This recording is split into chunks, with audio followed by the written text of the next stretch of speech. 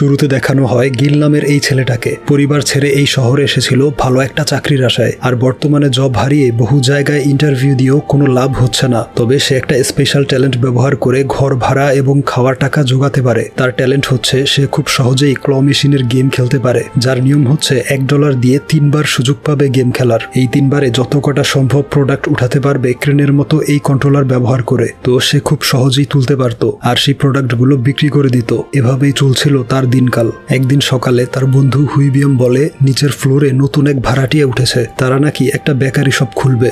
এরপর দুধ শেষ হয়ে যাওয়ায় গিল বের হয়ে যায় কেনার জন্য।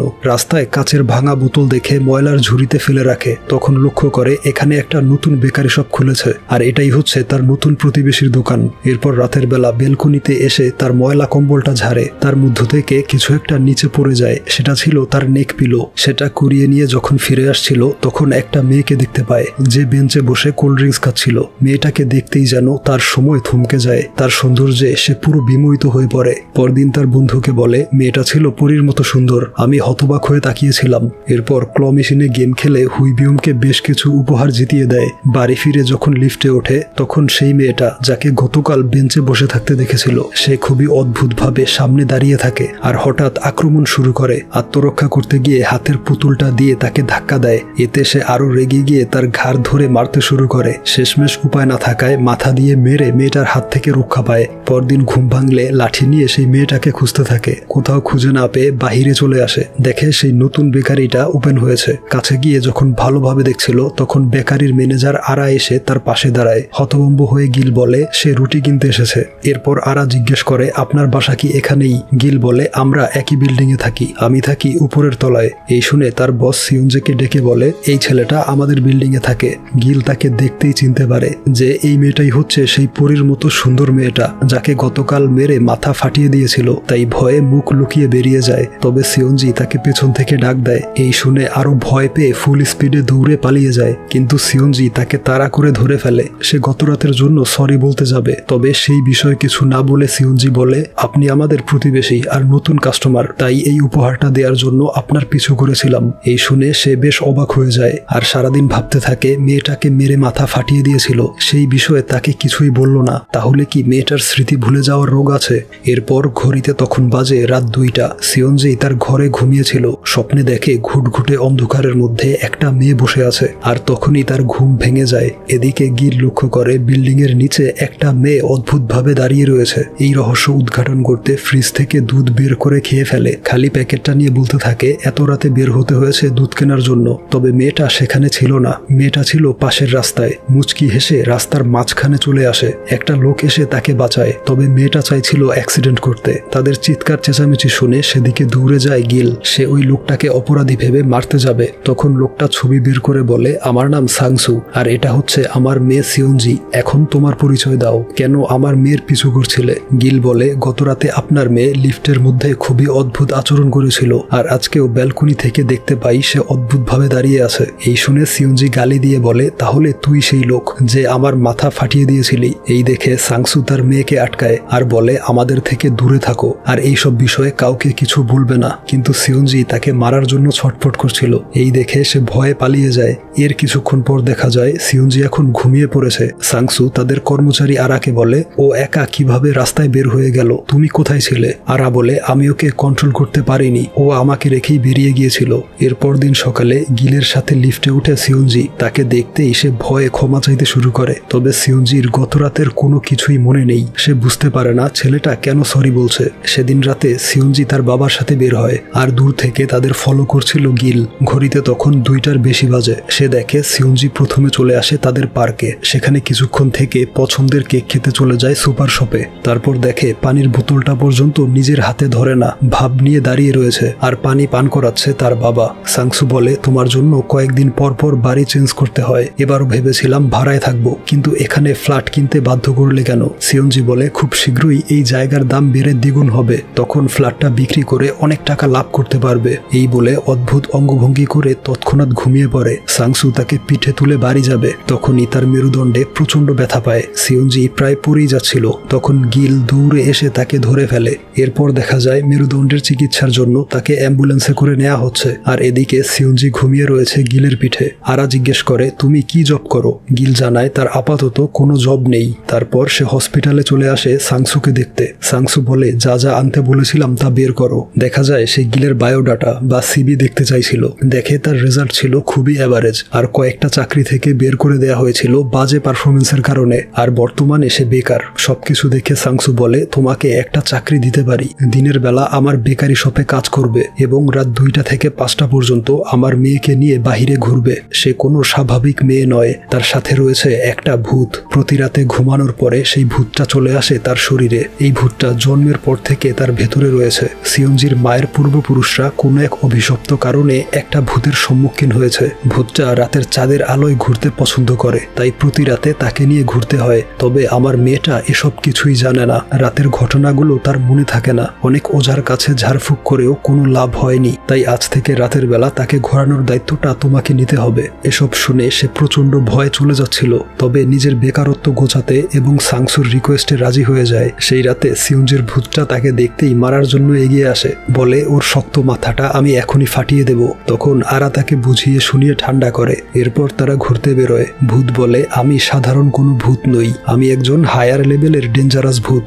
আমার 2টো বড় শিং আর 2টো পাখা রয়েছে, যা তোর মতো সাধারণ মানুষের চোখে দেখা সম্ভব নয়। পরদিন গিল হসপিটালে এসে সাংসুকে বলে সে এই বিপজ্জনক চাকরিটা করতে পারবে না। ভূতটা তাকে মোটেও পছন্দ করে না। সাংসু তাকে রিকোয়েস্ট করে বলে আমি কয়েকদিনের মধ্যেই সুস্থ হয়ে যাব, এই কয়েকটা দিন দয়া করে আমার মেয়েটাকে দেখে রাখো। তাই সে আবারও বাধ্য হয় জবটা করতে। পরদিন প্রথমবারের মতো বেকারিতে কাজ করতে যায়। তখন আরা সিয়ঞ্জিকে বলে তোমার বাবা ওকে কাজে রেখেছে। আরা তাকে সাইডে এনে বলে রাতের কোনো কিছুই ওর মনে থাকে না। ওর শরীরটা তখন ভূতের দখলে চলে যায়। তবে ভয় পেও না, ভূতটা তোমাকে মারবে না। সেই রাতে ভূতটা তার সাথে ইমোশনাল গেম খেলে। ইনোসেন্ট ভাব নিয়ে তাকে প্রপোজ করে বসে। তখন গিলের মনে পড়ে সাংসু বলেছিল ভূতটা ইমোশনাল ফাঁদে ফেলতে চাইবে, তাতে সাড়া দিলে সে আরো বেশি শক্তিশালী হয়ে বেশি সময় ধরে সিয়ঞ্জির শরীরে অবস্থান করবে। এই কথা মনে পড়তেই চিৎকার করে বলে আমি এই ফাঁদে পড়ব না। তখন ভূতটার মনে পড়ে তার পছন্দের খাবারের কথা। সুপার শপের ছেলেটাকে বলে এই হোয়াইট এবং মিন্ট চকলেট কেকগুলো আমার জন্য স্টক করে রাখবি, যদি এসে না পাই তাহলে তোর খবর করে ছাড়বো। তখন এই মেয়েটাও আসে ওই একই ফ্লেভারের কেক নেওয়ার জন্য। তবে ভূতটা সবগুলো নিয়ে স্টক ফাঁকা করে দিয়েছিল। কেক না পেয়ে মেয়েটা কান্না শুরু করে। এরপর দূর থেকে দেখে তাকে দেখিয়ে দেখিয়ে কেক খাচ্ছে। কেকটার নিচে ফেলে দিয়ে আর একটা বের করে, আর সেটা ওই মেয়েটাকে নেড়ে চেড়ে দেখায়। যা দেখে মেয়েটা প্রচন্ড মন খারাপ করে দৌড়ে চলে যায়। গিল বলে সত্যিকারের ভূত এমন হাস্যকর হতে পারে না। এই শুনে ভূত রেগে বলে আমাকে রাগালে এই মেয়েটাকে অনেক কষ্ট পেতে হবে। এই বলে টেবিলটা ফেলতে যায়, তা না পেরে সেখানের সমস্ত জিনিসগুলো ফেলে দেয়। এরপর একটা ঝিঝি পোকা নিয়ে মুখে ঢুকিয়ে দিবে। তখন সে তাকে ধরে ফেলে। বলে আমি বিশ্বাস করেছি তুমি সত্যিকারের ভূত, তবে সিয়ঞ্জিকে কষ্ট দিও না, মেয়েটা নিরপরাধ। পরদিন দোকানে সিয়ঞ্জি তাকে কাজ বুঝিয়ে দিচ্ছিল। ওইদিকে গিল অবাক হয়ে তার দিকে তাকিয়ে থাকে, ভাবে ভূতের বিষয়টা কি সত্যি নাকি অভিনয়। তখন সিয়ঞ্জি বলে আমাকে ভয় পাওয়ার কিছু নেই, আরার সাথে যেভাবে ফ্রি হয়ে কথা বলো আমার সাথেও ওইভাবে বলবে। এই বলে সে কলেজের উদ্দেশ্যে বেরিয়ে যায়। এরপর শিডিউল অনুযায়ী ঘড়ি দেখে ঠিক 2টার সময় ব্যাগ, পানি আর প্রয়োজনীয় জিনিসপত্র নিয়ে বেরিয়ে পড়ে। ভূতকে নিয়ে চলে আসে পার্কে। ভূত বলে আরো জোরে ধাক্কা দাও। এই শুনে সমস্ত শক্তি দিয়ে এমন ধাক্কা দেয় যে সে উড়ে গিয়ে মুখ থুবড়ে পড়ে। এতে তাকে মারার জন্য তাড়া করে। সাংসু হসপিটালে বসে ফোনের ট্র্যাকার অ্যাপে দেখছিল তার মেয়ে গিলকে তাড়া করছে। সে দিনের বেলা কাজের ফাঁকে লুকিয়ে সিয়ঞ্জিকে দেখত। সে যে তাকে পছন্দ করতে শুরু করেছে তা বোঝার বাকি ছিল না। রাতে ভূতটা কেক খেতে গেলে শপের ছেলেটা জানায় কেক স্টক আউট। এই শুনে ইমোশনাল অভিনয় করে বলে আমি আর অল্প কিছুদিন বাঁচবো, এই কেক হচ্ছে আমার বেঁচে থাকার অনুপ্রেরণা। এই শুনে ছেলেটার চোখে পানি চলে আসে আর লুকিয়ে রাখা একটা কেক বের করে দেয়। সেটা ছিনিয়ে ভূত বলে তোর সাহস হলো কিভাবে আমার সাথে মিথ্যে বলার। তখন ওই মেয়েটা আজকেও এসে দেখে একমাত্র কেকটা নিয়ে গিয়েছে। তাই পরদিন প্রচন্ড রেগে সিয়ঞ্জির বেকারিতে এসে অনেকগুলো রুটি খেয়ে চলে যায়। তবে প্রায় সময়ই ভূত একটা মাটির পাত্র খুঁজে বেড়াতো। এদিকে দিনের বেলা সিয়ঞ্জি ও গিলকে লুকিয়ে দেখতো। তাদের মধ্যে ধীরে ধীরে বন্ধুত্ব হয়ে যায়। গিল ভূতকে জিজ্ঞেস করে এমন কার্লি চুল আর অদ্ভুত মেকআপ কে করিয়ে দেয়।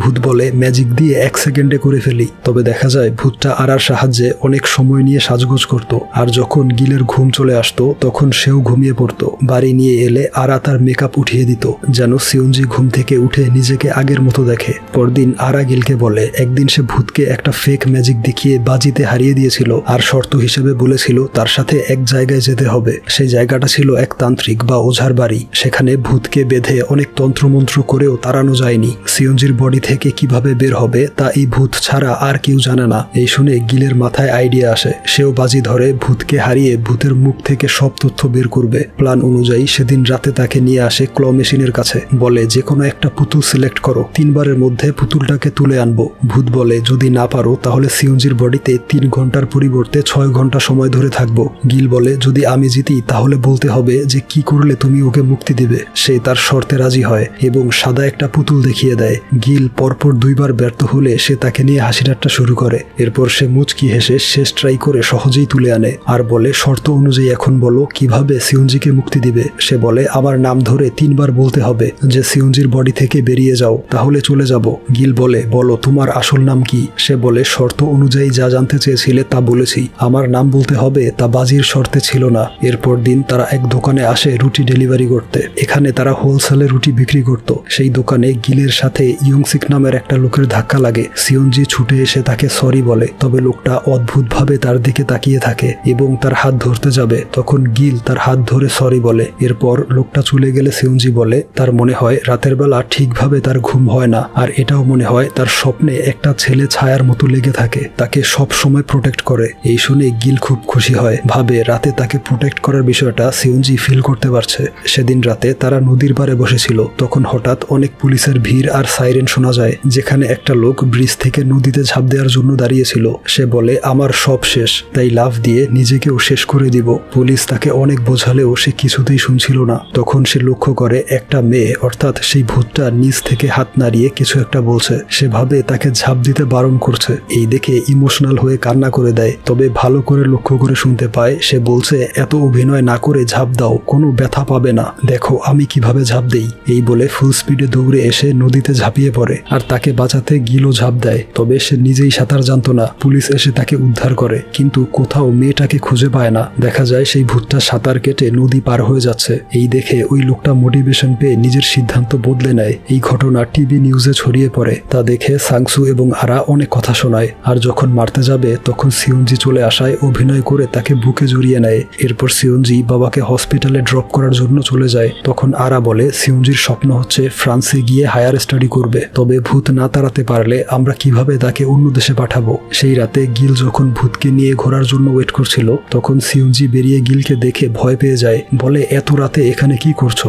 গিলও খুব হতভম্ব হয়েছিল, কারণ এই প্রথমবার ভূতটা তার সাথে আসেনি। সিয়ঞ্জি বলে আজ কিছুতেই ঘুম আসছিল না, তাই হাঁটতে বের হলাম। আজ হচ্ছে মায়ের মৃত্যুবার্ষিকী, আমার 8 বছর বয়সে একা রেখে চলে গিয়েছিল। তখন হঠাৎ একটা গাড়ি চলে আসায় গিল তাকে সরিয়ে নেয়। তার এমন প্রোটেক্টিভ আচরণ সিয়ঞ্জির খুব ভালো লাগে। এরপর গিলকে নিয়ে চলে আসে মুভি দেখতে। মুভিটা ছিল খুবই রোমান্টিক। সিয়ঞ্জি গিলের হাতে হাত রাখে। এর কিছুক্ষণ পর গিল তার হাত ধরে। তার চোখের দিকে তাকাতেই সিয়ঞ্জি অদ্ভুত লুক দিয়ে ভয়ঙ্কর ভাবে হেসে ওঠে, অর্থাৎ ভূতটা চলে এসেছে। ভূত বলে এমন বিশ্রী চেহারা নিয়ে হাত ধরার সাহস কোথায় পেলি। এই বলে উঠে চলে যায়। যাওয়ার আগে এক কাপলকে শুধুই বিরক্ত করে, বলে পা উঠিয়ে বসার সাহস কে দিয়েছে, পা নামা নয়তো ভেঙে ফেলবো। এই বলে মুড ভরে পপকর্ন নিয়ে চলে যায়। এরপর কাউন্টার থেকেও পপকর্ন নিয়ে খেতে শুরু করে। গিল বলে তোমার কারণে সিয়ঞ্জির পরিবার তাকে হায়ার স্টাডির জন্য বিদেশে পাঠাতে পারছে না, তোমার আসল নামটা বলো, সেই নাম ধরে ডেকে তোমাকে মুক্ত করে দেই। এই শুনে সে রেগে বলে আগে আমাকে মন থেকে খুশি করতে হবে, তারপর ভেবে দেখব।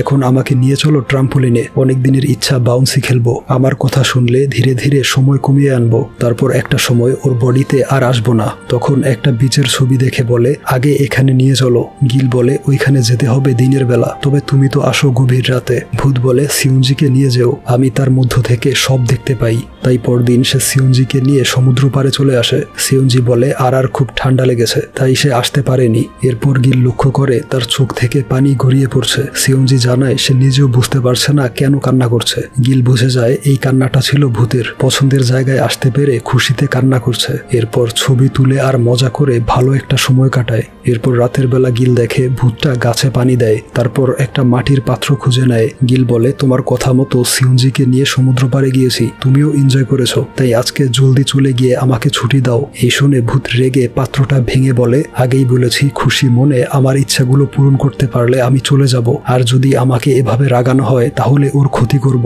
এই বলে ঘাস নিয়ে খেতে শুরু করে। তারপর রাস্তার মাঝখান দিয়ে দৌড়ায়। গিল তাকে থামানোর জন্য ছুটে গেলে অল্পের জন্য অ্যাক্সিডেন্ট থেকে বেঁচে যায়। ওইদিকে ভূতটা কিছু দূর যাওয়ার পর তার পা আটকে যায়, কিছুতেই সামনে এগোতে পারছিল না। উপরে লক্ষ্য করে দেখে একটা মন্ত্রপুত দড়ি ঝোলানো। তখন গিল এসে তার মুখের ময়লা মুছে দেয়, বলে উল্টাপাল্টা জিনিস খেলে অসুস্থ হয়ে পড়বে। প্রমিস করছি খুশি মনে তোমার ইচ্ছেগুলো পূরণ করব, তবে তোমাকেও তোমার কথা রাখতে হবে। তারপর দিন গিল তাকে টেম্পোলিনে নিয়ে আসে। সে প্রচন্ড খুশি হয়ে বাউন্সি খেলে। তখন তার চোখের সামনে ভেসে ওঠে পুরনো কিছু স্মৃতি। যখন সিওনজি ছোট ছিল তখন এভাবেই বাবা মায়ের সাথে বাউন্সি খেলতো। এরপর তারা সেখানে বাস্কেটবল ফুটবল খেলে এনজয় করে। তারপর নিয়ে আসে ফ্লাওয়ার পার্কে। গিল বলে নিশ্চয়ই তুমি ফুল পছন্দ করো। ভূত বলে আমি হচ্ছি একটা ভয়ঙ্কর ভূত, এসব আজে বাজে জিনিস পছন্দ করি না। তবে দেখা যায় তার ড্রেসটা ছিল ফ্লোরাল ডিজাইনের। ফুল এতটাই পছন্দ করত যে সুন্দর ফুলগুলো ধরে দেখে। তখন গিল বলে তোমার ছবি তুলে দিচ্ছি, একটু হাসো। ভূত বলে ভয়ঙ্কর ভূত কখনো হাসে না। গিল বলে আমি শুনেছি হায়ার র্যাঙ্কিং এর উচ্চ প্রজাতির ভূতরা হাসতে পারে এবং ছবি তোলার জন্য ভালো পোজ দিতে পারে। এই শুনে ভূতটা সুন্দর পোজ দিয়ে ছবি তোলে। পুরো পার্কে ঘুরে এত ছবি তুলে যে একদম হাঁপিয়ে যায়। গিল বলে দেখো ছবিগুলো ভালোই এসেছে। ভূত বলে কিন্তু এটা তো আমি না, আমার দুটো শিং আর দুটো পাখা আছে। এই বলে নিজের ছবি এঁকে দেখায়। গিল বলে দেখেই মনে হচ্ছে তুমি খুব সুন্দরী আর ফেমাস, তোমার বন্ধুরা তোমাকে কি নামে ডাকে? ভূত তার চালাকি বুঝতে পেরে একটা ভুল নাম বলে। গিল সেই নাম শুনতেই নাম ধরে ডেকে বলে সিওনজির বডি থেকে বেরিয়ে যাও। ভূত বলে আমি জানতাম, তাই ভুল নাম বলেছি। এরপর দিন গিল একটা খুশির খবর জানায়, তা হচ্ছে ভূতের একটা ইচ্ছে পূরণ করায়, অর্থাৎ বাউন্সি খেলতে নিয়ে যাওয়ায় সে এখন থেকে সিওনজির বডিতে 30 মিনিট কম সময় থাকবে। আগে যেখানে 3 ঘন্টা ধরে থাকতো এখন থাকবে 2.5 ঘন্টা। এই শুনে আরা বলে আজকে এমন কিছু করব যাতে খুশি হয়ে ভূতটা আরো 30 মিনিট কমিয়ে নিবে। তার আইডিয়া ছিল সেই রাতে ভূতকে পার্টিতে নিয়ে যাওয়া। সে গিলের বন্ধু হুইবিয়মের সাথে এনজয় করছিল। আর এদিকে ভূতটা এক মেয়েকে ধরে জিজ্ঞেস করে এত সুন্দর আইলাইনার কোথা থেকে কিনলে? এরপর গিল দেখে একটা লোক তার হাত ধরে টানাটানি করছে। লোকটা ছিল ইয়ংসিক নামের সেই ছেলেটা যার সাথে গিল ধাক্কা খেয়েছিল কয়েকদিন আগে। ইয়ংসিক জিজ্ঞেস করে এই মেয়েটা তোমার কি হয়? গিল বলে ও আমার গার্লফ্রেন্ড। এই শুনে মেয়েটার দিকে অদ্ভুতভাবে তাকিয়ে চলে যায়। পরদিন সিওনজি দেখে আরা হুইবিয়মের সাথে দুষ্টুমি করছে। গিলকে বলে ওরা দুজন বন্ধু হলো কবে? আসলে গতকাল রাতের পার্টির কথা তো তার মনেই নেই। তখন ইয়ংসিক আসে তাদের শপে, আবারও অদ্ভুতভাবে তাকিয়ে একটা ক্যান্ডি কিনে বেরিয়ে যায়। এবার গিল তাকে থামিয়ে পরিচয় জিজ্ঞেস করে। ইয়ংসিক বলে এই মেয়েটার সাথে যে আরো একটা কিছু রয়েছে তা আমি জানি। আমি মন্ত্রপুত দড়ি ঝুলিয়ে চেক করেছি, দূর থেকে ফলো করেছি। যতবার তাকে ধরতে গিয়েছি তুমি চলে এসেছিলে, একমাত্র আমিই পারবো তাকে মুক্তি দিতে। গিল বলে আপনি ভুল করছেন, এমন কিছুই ওর সাথে নেই। রাতে ভূতটা বলে ইয়ংসিক হচ্ছে একজন তান্ত্রিক, তার পূর্বপুরুষরাও চেষ্টা করে ব্যর্থ হয়েছে, সে আমাকে তাড়াতে পারবে না। পরদিন সিওনজি ক্লাসে যাওয়ার সময় গিল বলে ফেরার পথে আমাকে কল দিও, তোমাকে আনতে যাব। এই শুনে সিওনজি বেশ খুশি হয়। সেদিন বাড়ি ফেরার পথে একটা মেয়ে তাকে জুতোর ফিতা লাগিয়ে দিতে বলে। এরপর খুশি হয়ে একটা ক্যান্ডি খেতে দেয়। সে বাসে উঠে ক্যান্ডি খেয়ে ঘুমিয়ে পড়ে। তখন ইয়ংসিক এসে তার পাশে দাঁড়ায়। ওইদিকে গিল আর সাংসু তাদের দোকানে ছিল। তখন গিলের মনে পড়ে সিওনজি বলেছিল ফেরার পথে কল করবে, কিন্তু এত রাত হয়ে যাওয়ার পরেও এখনো কল করেনি। সাংসু ট্র্যাকিং অ্যাপে দেখে তার মেয়ে ভুল পথে যাচ্ছে। এই দেখে গিল তার মোবাইলটা নিয়ে জলদি বেরিয়ে পড়ে। ততক্ষণে ইয়ংসিক সিওনজিকে নিয়ে চলে এসেছে। তাকে বেঁধে ক্যামেরা অন করে ভূত ছাড়ানোর কাজ শুরু করবে। তখন সিওনজির বডিতে ভূতটা চলে এসেছিল। ইয়ংসিক বলে তোকে তাড়িয়ে আমি বংশের নাম উজ্জ্বল করব। তখন গিল এসে তাকে মেরে অজ্ঞান করে ফেলে। এরপর বাড়ির দিকে রওনা হয়। তখন ভূতটা তার অতীতের সব ঘটনা বলতে শুরু করে। আজ থেকে প্রায় 170 বছর আগে, সালটা ছিল 1855। গ্রামে শুরু হয়েছিল মরণব্যাধি রোগ আর খাদ্য সংকট। একদিন একটা মাছ কুড়িয়ে পেয়ে জলদি বাড়ি নিয়ে যাই অসুস্থ বাবা আর বোনকে খাওয়ানোর জন্য। তবে ততক্ষণে তাদের মৃত্যু হয়ে যায়। মাত্র 20 বছর বয়সেই আমি হয়ে যাই অনাথ, পরিবারহীন। গ্রামের মহামারী রোগ থেকে মুক্তি পাওয়ার জন্য একজন ওঝা ডাকা হয়। সে জানায় একটা জীবন উৎসর্গ করতে হবে। তবে স্বাভাবিকভাবেই কেউ রাজি ছিল না নিজের জীবন দিয়ে দিতে। তাই গ্রামের সবাই মিলে টার্গেট করে আমাকে। গরিব আর অনাথ হওয়াতে কেউ আমাকে বাঁচাতে আসেনি, আমাকে জীবন্ত পুড়িয়ে ফেলা হয়। এক দয়াশীল পরিবার আমার ছাইগুলো মাটির হাড়িতে করে পুঁতে রাখে। আমার আত্মা সেই অন্ধকার হাড়ির মধ্যে দিন কাটায়। ধীরে ধীরে সমস্ত দুঃখ কষ্ট কমতে লাগলো। এভাবে 100 বছর অতিক্রম করলে সবকিছু ভুলে আমি শান্তিতে থাকতে পারতাম। তবে অর্ধেক সময়ে অর্থাৎ 50 বছর থাকার পর একদিন সিওনজির পরদাদি হাড়িটা খুঁজে পায়। ছাইগুলো ফেলে দিয়ে ধুয়ে মুছে কিমচি সংরক্ষণ করার জন্য পুঁতে রাখে। সেই পাত্রটা ছাড়া আর কোথাও যাওয়া যাওয়ার জায়গা ছিল না, তাই বাধ্য হয়ে তার শরীরে ঢুকে পড়ি। প্রচন্ড রাগ আর ক্ষোভে সবাইকে জ্বালাতন করতাম। তার পেটে থাকা সন্তানের শরীরে ঢুকে পড়ি। এভাবে এক এক করে সিওনজি পর্যন্ত পৌঁছাই। ওঝাতান্ত্রিকরা সিওনজিকে দেখেই বুঝে ফেলতো তার ভেতরে একটা অসহায় আত্মা রয়েছে, আমাকে ধরতে পারলে অনেক কষ্ট দিবে, তাই নিজেকে ভয়ঙ্কর ভূত হিসেবে প্রেজেন্ট করতাম। যদি সামনের পূর্ণিমার আগে সেই মাটির হাড়িটায় প্রবেশ করতে না পারি, তাহলে আমার কষ্টকর স্মৃতিগুলো নিয়ে অন্ধকারে ঘুরে বেড়াতে হবে। এজন্যই সব সময় সেই হাড়িটা খুঁজে বেড়াতাম। সেই হাড়িতে বাকি 50 বছর কাটাতে পারলে সব দুঃখ কষ্ট ভুলে চির শান্তিতে শূন্যে মিলিয়ে যাব। বাড়ি ফিরে ভূতটা অপেক্ষা করে 2 দিন পরের পূর্ণিমার জন্য, আর এই 2 দিন হচ্ছে মানুষের শরীরে অবস্থান করার শেষ দিন। ভাবে পেইনফুল মেমোরিজ নিয়ে আজীবন ঘুরে বেড়াতে হবে পৃথিবীতে। তবে গিলের পরিকল্পনা ছিল অন্য। সে সাংসুর থেকে সিওনজির দাদির বাড়ির ঠিকানা নেয়, এরপর বেরিয়ে পড়ে সেই বাড়ির উদ্দেশ্যে। বহু পথ পাড়ে দিয়ে চলে আসে প্রত্যন্ত এক অঞ্চলে। জঙ্গলের মধ্যে খুঁজে পায় সেই পরিত্যক্ত বাড়িটা। সারাদিন ঘোরাঘুরি করে কোথাও মাটির হাড়িটা পায় না। সারা রাত ধরে খুঁজতে থাকে। এদিকে এখন আর তার ইচ্ছে নেই দোল খাওয়ার। মন খারাপ করে শুধু চাঁদের দিকে তাকিয়ে থাকে। পরদিন সকালে গিল দেখে একটা পাখি সেখানের এক পাথরের উপর বসে কিছু একটা ইশারা করছে। এই দেখে পাথরটা সরিয়ে সেখানে ঘুরতে শুরু করে আর পেয়ে যায় সেই মাটির হাড়িটা। সেটা নিয়ে জলদি ছুটে যায় বাড়ির উদ্দেশ্যে, কারণ আজকেই হচ্ছে পূর্ণিমার রাত। রাতের বেলা শেষবারের মতো সেজে গুজে আর মাথায় হাত বুলিয়ে বেরিয়ে পড়ে। আর আজ তার পছন্দের কেকটা রেখে দিয়ে অন্য একটা নেয়। সেই মেয়েটা প্রথমবারের মতো তার পছন্দের কেক পেয়ে খুব অবাক হয়ে যায়। যাওয়ার সময় দোকানের ছেলেটাকে ধন্যবাদ জানায়। সাংসু বলে, এতটা বছর তোমার পেছনে ছুটাছুটি করতে করতে বুঝতেই পারিনি আমার এত বয়স হয়েছে। নিজেকে খুব ইয়াং আর এনার্জেটিক মনে হতো। তখন ভূত কল্পনা করে ছোট থেকে এই পর্যন্ত এই মানুষটাকে সে নিজের বাবার মতো মনে করেছে, আর আজ এই সব কিছু ছেড়ে চলে যেতে হবে। সে বলে শীঘ্রই এই জায়গার দাম বৃদ্ধি পাবে, বাড়িটা বিক্রি করে অনেক প্রফিট হবে। সিওনজিকে ফ্রান্সে পড়তে পাঠাবেন আর আপনি নিজের স্বপ্নটা পূরণ করবেন, পুরো পৃথিবী ঘুরে দেখবেন। আমি এখন চলে যাব। যাওয়ার আগে গিলকে খুব দেখতে ইচ্ছে করছে। ঠিক তখনই গিল উপস্থিত হয়। তাকে নিয়ে আসে তার পছন্দের সেই ফ্লাওয়ার গার্ডেনে। এরপর সেই হাড়িটা বের করে, যা দেখে তার চোখে পানি চলে আসে। বলে, এত কষ্ট কেন করলে? গিল বলে, আমি চাই তোমার ভালো হোক, কারণ যখন আমার ঘুম পেত তখন তুমি নিজে ঘুমের অভিনয় করে বাড়ি চলে আসতে। এছাড়া গাছে পানি দিতে। কোনো ভয়ঙ্কর ভূত এসব করতে পারে না। তুমি ছিলে খুব ভালো একজন মানুষ, যে নিজের পরিবারের জন্য খাবার জোগাতে। গ্রামের মানুষদের কারণে আজ তোমার এই পরিণতি। 100 বছর ধরে অতীতের কষ্টকর স্মৃতিগুলো বহন করে আসছো। এই শুনে সে কান্নায় ভেঙে পড়ে। কখনো ভাবেনি এমন একজন মানুষ পাবে, কেউ তার কষ্ট বুঝে তার জন্য এত কিছু করবে। শেষমেশ তার নামটা বলে দেয়। বলে, আমার নাম মুনিয়াং। গিল বলে, তাহলে এখন প্রস্তুত হয়ে যাও গন্তব্যে যাওয়ার জন্য। মুনিয়াং দৌড়ে গিয়ে তাকে জড়িয়ে ধরে। পরম করুণার স্বরে তাকে কৃতজ্ঞতা প্রকাশ করে। এরপর গিল তার নাম ধরে ডেকে হাড়ির মধ্যে যেতে বলে। গিল আমাদের বলে, মুনিয়াং হাড়িতে চলে যাওয়ার পর সিওনজি হায়ার স্টাডির জন্য ফ্রান্সে চলে যায়। তাকে আমরা এয়ারপোর্টে বিদায় জানাই। আর নিজের একটা ছোট্ট বেকারি শপ খুলে। আর মিস্টার সাংসু তার প্রপার্টি বিক্রি করে বিশ্ব ভ্রমণে বেরিয়ে পড়ে। এদিকে আমি ক্ল গেমের স্কিল ব্যবহার করে সমুদ্র বন্দরের ক্রেন তোলার চাকরি পেয়ে যাই। তার বেশ কয়েক বছর পর সিওনজি দেশে ফিরে আসে। সে বলে, প্রথম দিন গিলকে দেখেছিলাম ভাঙা বোতল তুলে রাখতে। এরপর তাকে শপে দেখে কথা বলার জন্য দামি একটা উপহার নিয়ে যাই। বিচে যাওয়ার দিন আরা যেতে চাইছিল, তবে তাকে রেখেই চলে যাই গিলের সাথে একা সময় কাটানোর জন্য। সিনেমা হলে আমি তার হাত ধরতে চেয়েছিলাম। এয়ারপোর্টে বিদায় জানিয়ে সবাই চলে যাওয়ার পর আবারও পেছন ফিরে দেখেছিলাম তাকে। এই বলে সে গিলের নাম্বারে ফোন করে কথা বলে। দেখা যায় গিল যত্ন করে রেখেছে মুনিয়াংয়ের হাড়িটা। আর এখানেই গল্পটার সমাপ্তি ঘটে।